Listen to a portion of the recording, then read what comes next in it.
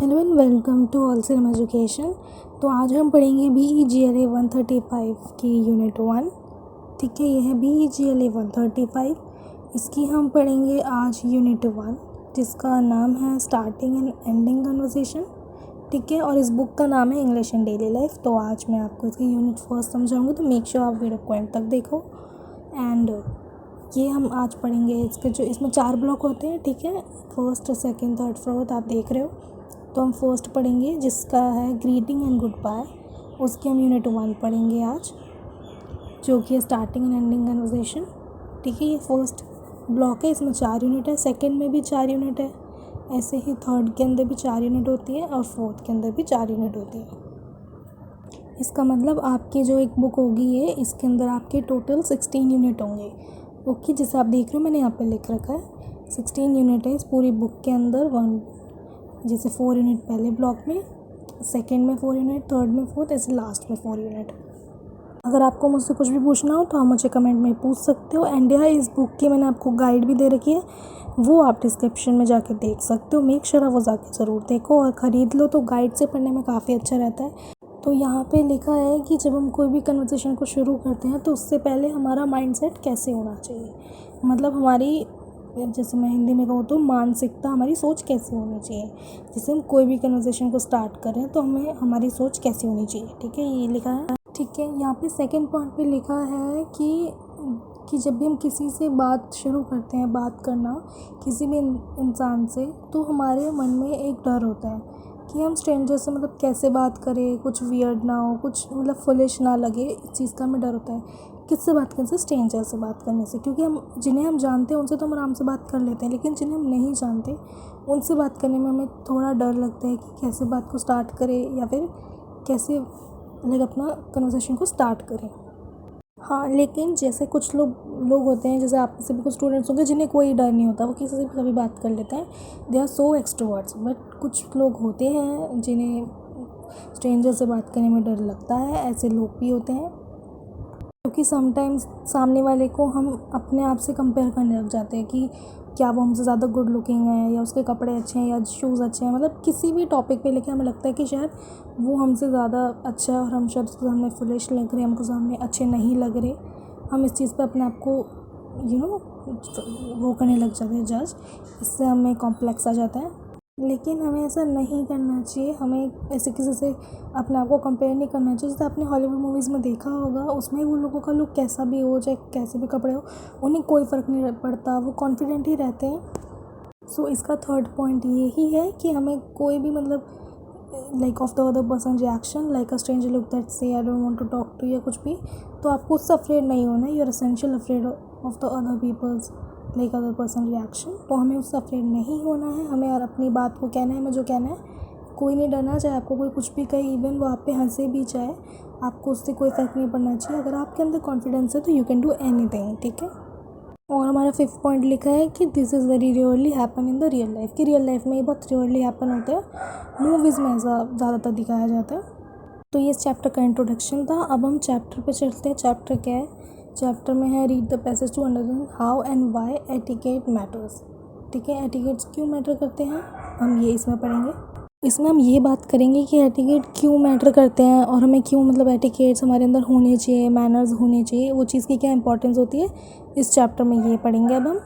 तो इसके first part में बताया गया कि एटिकेट का मतलब क्या होता है। मतलब एटिकेट का मतलब होता है एक सॉफ्ट बिहेवियर, एक पोलाइट बिहेवियर, एक मतलब विनम्र व्यवहार। ठीक है, अगर हम इसे हिंदी में कहें तो एक पोलाइट बिहेवियर, सबसे प्यार से बात करना, मतलब specially among a particular class of people और इन a particular profession.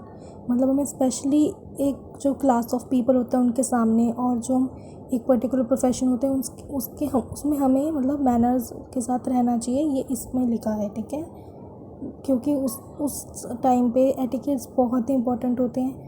As you know, हम कोई प्रोफेशन करते हैं, जैसे हम कोई बिज़नेस करते हैं, चाहे कोई जॉब करते हैं, वहाँ पे भी एटिकेट्स मैटर करते हैं ना। लाइक आप अपने बॉस से कैसे बात करोगे, ये सब चीज़ें। ठीक है, इसकी सेकेंड लाइन में लिखा है etiquette is a system of rules that tell you what is the polite way to behave towards other people. मतलब एटिकेट एक आपको सिस्टम, मतलब एक ऐसी सिस्टम ऑफ रूल है, मतलब आपको ऐसे रूल सिखाएगा जो आपको मदद करेगा कि आप किस तरह पोलाइट तरीके से दूसरों के सामने व्यवहार कर सकते हैं, मतलब बिहेव कर सकते हैं, ठीक है। The rule of etiquette cover such things as good table manners, how to introduce one person to another, what to say or do when someone invites you for a meal or a visit, and many other things like that। मतलब etiquettes हमें ये बताते हैं कि table manner क्या होती है। Table manner मतलब जब भी हम जैसे किसी रेस्टोरेंट में जाते हैं, वहाँ पे टेबल होती है, लाइक वहाँ पे फॉक होता है, नाइफ़ होता है, हमें कौन से हैंड में क्या पकड़ना है, टेबल पे टेबल क्लॉथ को कैसे रखना है, ये सब चीज़ें, how to introduce one person to another, ये भी हमें एटिकेट्स के अंदर ये भी पार्ट को हम कवर करेंगे कि हम एक पर्सन से दूसरे पर्सन को कैसे करें, और हम कैसे, मतलब अगर कोई हमें मील पे इनवाइट करता है तो हम उसको कैसे रिप्लाई दें, कैसे उस चीज़ का हमें आंसर देना है, एंड मैनी अदर थिंग्स, ठीक है। फोर्थ में लिखे they are based on the fact that you should never hurt other people feelings और मेक थिंग्स अनप्लेजेंट और uncomfortable for the other people. That means आपको ये मतलब एटिकेट्स उस चीज़ पे बेस्ड होते हैं कि आपको never hurt other people feelings, कि हमें दूसरों को हर्ट नहीं करना है, दूसरों को अनप्लेजेंट और अनकंफर्टेबल फील नहीं कराना है। ये सब हमें एटिकेट्स सिखाते हैं, इसलिए एटिकेट्स मैटर करते हैं कि हम किसी का दिल ना दुखाए, किसी को कैसे रिप्लाई दे, किसी को अनकंफर्टेबल फील ना कराए। ये सब चीज़ें एटिकेट्स इसलिए मैटर करते हैं हमारी लाइफ में, ताकि हम ये सब चीज़ें गलतियाँ ना करें। अब हम नेक्स्ट पे चलते हैं। तो हमारा एक और पॉइंट है that people shake hands because long ago man held out their empty hand to show that they were not holding daggers to other weapons, ठीक है। इसका मतलब है कि पहले के ज़माने में आपको पता है लड़ाइयाँ होती थी, जब वॉर्स चलती थी, तो इसलिए लोग हाथ मिलाते थे ताकि वो ये शो कर सके कि भाई हमारे हाथों में कोई हथियार नहीं है, कोई तलवार, कोई ऐसे हथियार नहीं जो तुम्हें नुकसान पहुँचाएंगे, हमारे खाली हाथ है। इसलिए वो हाथ मिला के इस चीज़ को बताते थे, इसलिए पहले के मतलब इसलिए हाथ मिलाया जाता है, ठीक है। तो सेकंड पे लिखा है कि जो मैन होता है वो वुमेन को helps women to across a street, मतलब सड़क पार करने में मदद करते थे, और कार में मतलब और आउट ऑफ अ कार से बाहर आने में मदद करते थे। क्यों करते थे ऐसे? क्योंकि पहले जो वेस्टर्न कंट्रीज़ होती थी वहाँ पे वुमेन्स जो होती थी वो स्कर्ट्स पहनती थी, और मतलब इतनी लंबी स्कर्ट्स की वो बिल्कुल ज़मीन तक टच होती थी, ऐसे मतलब उनके पैरों पे ऐसे फंसती थी ऐसे। तो उन्हें अपने स्कर्ट्स को पकड़ना होता था और नीचे भी देखना होता था कि कहीं वो ट्रिप ना हो जाए उनकी स्कर्ट अपने उनके पैरों में, या मतलब फंस ना जाए कहीं, इसलिए वो अपनी स्कर्ट्स को पकड़ के रखती थी। तो दैट्स वाई जो मेंस होते थे वो वुमेन की हेल्प करते थे, उन्हें कार से बाहर निकलने में, लाइक कार का गेट खोल के और उनका रोड क्रॉस कराने में, ऐसी चीज़ों में मदद करते थे, ताकि औरतें अपने मतलब अपने कपड़ों पे उन्हें ध्यान होता था। दैट्स वाई, ठीक है, यहाँ पे ये लिखा है। होप आपको समझ में आ गया होगा। अब आगे देखते हैं क्या यहाँ पे आगे है।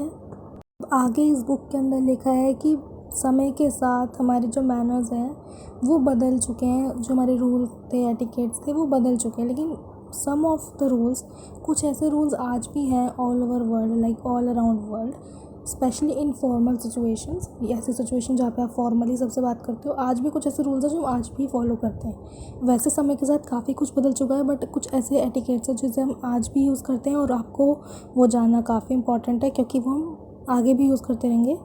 सेकंड में लिखा है कि ये चीज़ भी आपके लिए जानना ज़रूरी है और इंटरेस्टिंग है कि ये रूल्स कैसे आए, मतलब ये रूल्स कैसे बने। जैसे मैंने अभी आपको हैंडशेक का रूल बताया, मैंने आपको बताया वुमेन को क्यों रोड क्रॉस कराते हैं, कार से उतरने में हेल्प करते क्योंकि उनकी लॉन्ग स्कर्ट्स होती थी, है ना।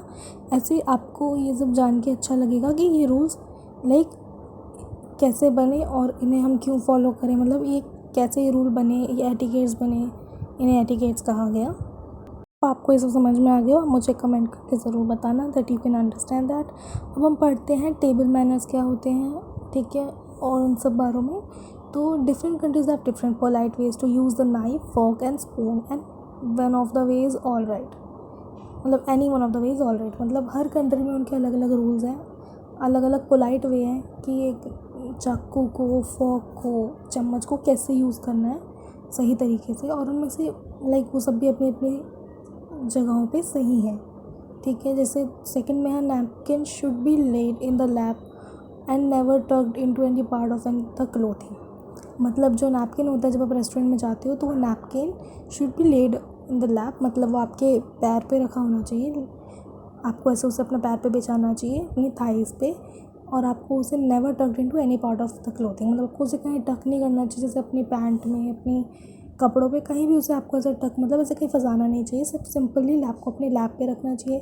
थर्ड है, you should not begin to eat until your host और होस्टेस हैज़ बिगन, मतलब जो जिसने आपको खाने पे बुलाया है या कोई भी वहाँ पे एल्डर है जो होस्ट कर रहा है वो पूरा डिनर या लंच, तो आपको उनसे पहले नहीं खाना शुरू करना चाहिए। ये एक मैनर है, जितना आप इसे सीखेंगे तो बेहतर रहेगा। और it is bad manner to take too large mouthful और talk while there in any food in your mouth, मतलब ये एक बैड मैनर्स होती है अगर आप बहुत ज़्यादा अपने माउथ को मतलब भर लेते हैं, खाते हैं, ऐसे बड़े बड़े बाइट्स खाते हैं, ये एक बैड हैबिट होती है। एंड और अगर आप खाते हुए बोलते हैं तो वो भी एक बैड मैनर्स में उसे काउंट किया जाता है। तो ये सब तो एक नॉर्मल सी बात है, हम सबको पता है ना, ये एटिकेट्स होते हैं, ऐसे ही है। These are the main rules of table manners but there are many more, मतलब ये एक कुछ मेन रूल्स थे टेबल मैनर के, अभी ऐसे और भी हैं, मतलब इस बुक में इतने पढ़ाए गए हैं, लेकिन ऐसे और भी लाइक रूल्स होते हैं, ठीक है। ये है गिफ्ट के कुछ rules, that gift should not be too expensive और too personal like clothing unless you know the person very well, मतलब गिफ्ट कभी भी बहुत एक्सपेंसिव नहीं होना चाहिए, कुछ मतलब महंगा नहीं होना चाहिए ज़्यादा, और ना ही ज़्यादा पर्सनल होना चाहिए, ठीक है। ये 2 पॉइंट्स हो गए कि गिफ्ट ज़्यादा पर्सनल भी नहीं होना चाहिए, मतलब तब तक पर्सनल नहीं होना चाहिए जब तक आप उस पर्सन को अच्छे से नहीं जानते जिसको आप गिफ्ट दे रहे हैं। अगर वो आपके रिलेशन में है, आपके ब्रदर सिस्टर मदर फादर, तो आप इतना पर्सनल गिफ्ट दे सकते हो लाइक क्लोथिंग और उनकी पर्सनल चीज़ें। बट अगर आप उतने पर्सनली नहीं जानते, एक प्रोफेशनल में आप दे रहे हैं, तो आपको इतना पर्सनल उन्हें गिफ्ट नहीं देना चाहिए, ठीक है।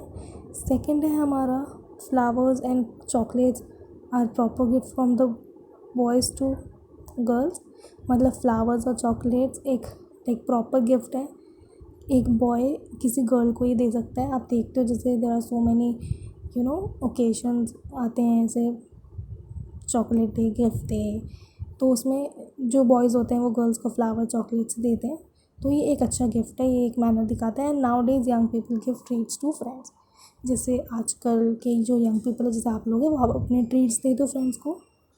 होप आपको समझ में आ रहा होगा, यू कैन कमेंट में कि आपको समझ में आ रहा है, और आप और अच्छे से पढ़ने के लिए गाइड्स भी ले सकते हो इसकी बेस्ट, उसके डिस्क्रिप्शन में आपको लिंक दे रखे हैं, ठीक है। तो अब हम नेक्स्ट पे चलते हैं, देखते हैं नेक्स्ट में हमें क्या आगे पढ़ने को है इस पर, ठीक है।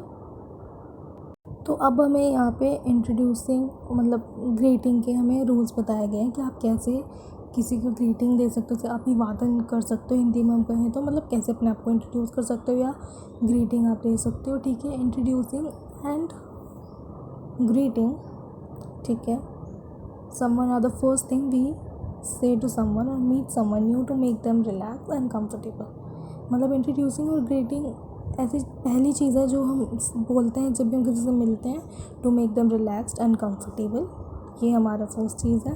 जब भी हम किसी से मिलते हैं तो हम उसको ग्रीट करते हैं, that hi how are you, और इंट्रोड्यूस करते हैं। अगर हम किसी नए इंसान से मिल रहे हैं तो हम उसे इंट्रोड्यूस करते हैं, तो ये हमारी फर्स्ट चीज़ होती है जब भी हम किसी से मिलते हैं, to make them relaxed and comfortable, ठीक है।